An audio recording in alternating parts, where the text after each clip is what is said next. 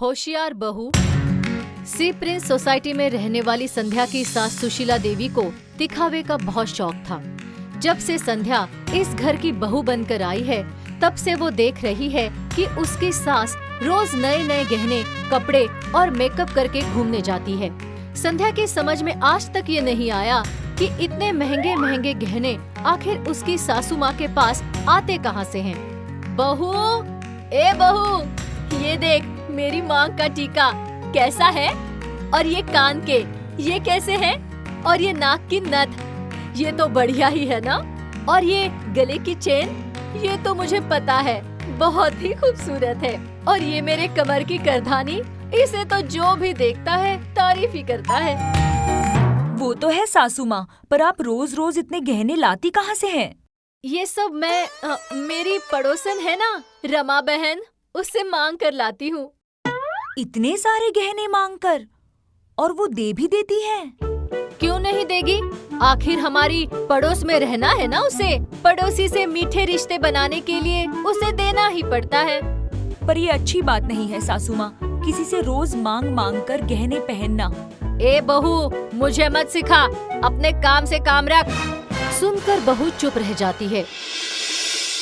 रात को वो इस बारे में अपने पति से कहती है, मुकेश, तुम्हें पता है सासू माँ हमारी पड़ोसन से रोज नए नए गहने मांग मांग कर पहनती है। तो क्या हुआ, पड़ोसन अपनी पड़ोसन के काम नहीं आएगी तो कौन आएगा। परंतु ये अच्छी बात नहीं है ना, गहने जैसी महंगी चीज मांग कर।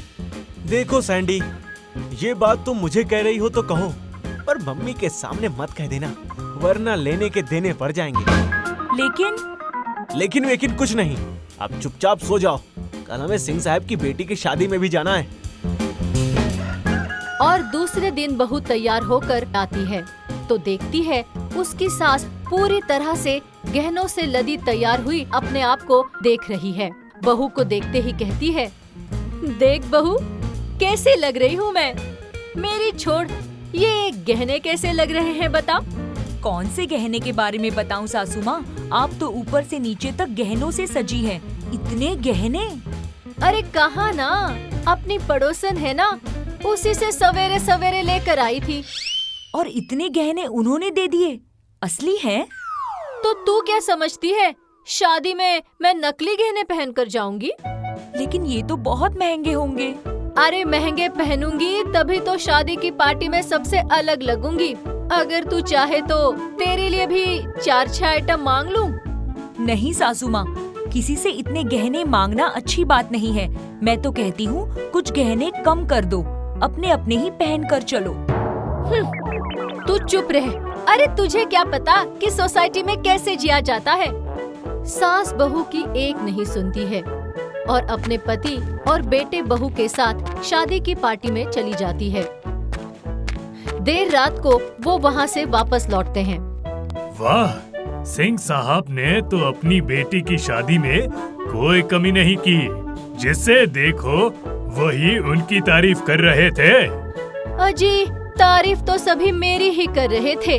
आखिर कितने गहने पहने थे मैंने। सारी औरतें आपके आगे पीछे घूम रही थी। वही तो, तेरी बीवी को भी समझा, कोई हमारी पड़ोसन जैसी सहेली बनाए और खुद गहने मांग मांग कर पहने। आखिर हर गहना, हर डिजाइन हर किसी के पास तो नहीं रहती, मांगना तो पड़ता ही है। नहीं सासू माँ, मुझे ये पसंद नहीं। मांग के गहने कहीं कुछ लेने देने पड़ गए तो? अरे क्या लेने के देने पड़ जाएंगे, फालतू में डरती है तू। जा जा, जाके सो जा, डरपोक कहीं की। और वो सोने चले जाते हैं। सासू माँ अपने कमरे में आकर सारे गहने उतारकर ड्रेसिंग टेबल पर रखकर सो जाती हैं। सवेरे जब उसकी नींद खुलती है तो ड्रेसिंग टेबल से सारे गहने गायब हैं। वो अपने पति को उठाकर पूछती है। पता चलता है चोर खिड़की का स्क्रू खोलकर चोरी कर गया है। पता चलते ही सासू माँ दहाड़े मार मार कर रोने लगती है। हाय हाय, मेरे सारे गहने चोरी हो गए। हाय हाय। क्या हुआ माँ, क्या हुआ? अरे बेटा, मेरे सारे गहने चोरी हो गए, साथ में पड़ोसन के भी। क्या? हाँ, उसके गहने तो मेरे गहने से 4 गुना ज्यादा थे। अब क्या होगा बेटा, मैं उसे क्या मुंह दिखाऊंगी? अरे क्या हुआ, क्या हुआ? मैंने सुशीला के रोने की आवाज सुनी। रमा बहन, घर में चोरी हो गई। मेरे साथ साथ आपके भी सारे गहने चोरी हो गए। चोरी हो गए? सुशीला, कहीं तुमने तो नहीं रख लिए? मैंने? अरे मैं क्यों रखूंगी? तुमने सोचा होगा रोज रोज मांगने की झंझट से छुटकारा मिलेगा। चोरी के बहाने तुम मेरे गहने हथियाना चाहती हो। नहीं नहीं आंटी, मेरी माँ ऐसी नहीं है। आप तो हमें 30 साल से जानती हैं। कोई बात नहीं, मेरे वो सारे गहने 12 लाख के थे। 12 लाख दे दो। 12 लाख? अरे इतने पैसे हम कहाँ से लाएंगे? वो तो गहने मांगने के टाइम पर सोचना था। अरे लेकिन रामा बहन। मैं कुछ नहीं सुनूंगी भाई साहब। आप तो मेरे पति को जानते हो, उन्हें पता चला तो वो मेरे साथ साथ आपको भी जेल भिजवा देंगे। क्या? हाँ, उसमें उनकी माँ की भी निशानी थी। वो छोड़ेंगे नहीं। 12 लाख तो आपको देने ही पड़ेंगे। कहीं से भी एडजस्ट करो। ये घर बेचो या खुद को बेच दो, पर 12 लाख मुझे चाहिए। लेकिन रमा बहन। मैं कुछ नहीं सुनूंगी संध्या बहू। अपने सास ससुर और पति से 12 लाख का बंदोबस्त करके मेरे घर ले आओ। अब दोबारा मैं इन्हें अपने घर में नहीं आने दूंगी, चोरनी कहीं की। अब क्या करें? 12 लाख रुपए कहाँ से लाएंगे? रो मत सुशीला, जो हो गया सो हो गया। मेरे पास प्रोविडेंट फंड की 4 लाख की एफडी है। मेरे पास भी बोनस, ट्रैवलिंग अलाउंस और दूसरी इनकम से 3 लाख रुपए हैं। हो गए 7 लाख। मेरे पास भी 3 लाख के गहने हैं। हो गए 10 लाख। मैं 10 लाख देकर उन्हें मनाती हूँ। वो नहीं मानेगी, मैं जानती हूँ उसे। 12 लाख पूरे लेकर ही रहेगी वो। मैं मना लूंगी उन्हें सासू माँ। आखिर इतने साल से पड़ोस में रह रही है।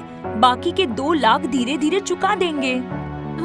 तू सच कहती थी बहू, मांग कर गहने नहीं पहनने चाहिए। अगर मैंने मांग कर इतने ज्यादा गहने नहीं पहने होते तो चोर का मुझ पर ध्यान ही नहीं जाता और कम से कम मेरे गहने तो बच जाते। अब मेरे गहने भी गए, 12 लाख भी गए और मेरे लिए कल को गहने बनाएंगे, उसका खर्चा अलग। सुशीला का तो रो रो कर बुरा हाल है। वो अपने कमरे से ही नहीं निकलती है। यहाँ ससुर और बेटा बहू के कमरे में पहुंचकर कहते हैं, बहू, मैं अपने प्रोविडेंट फंड की एफडी तुड़वा कर लाता हूँ। मैं भी अपना सारा पैसा निकाल लाता हूँ।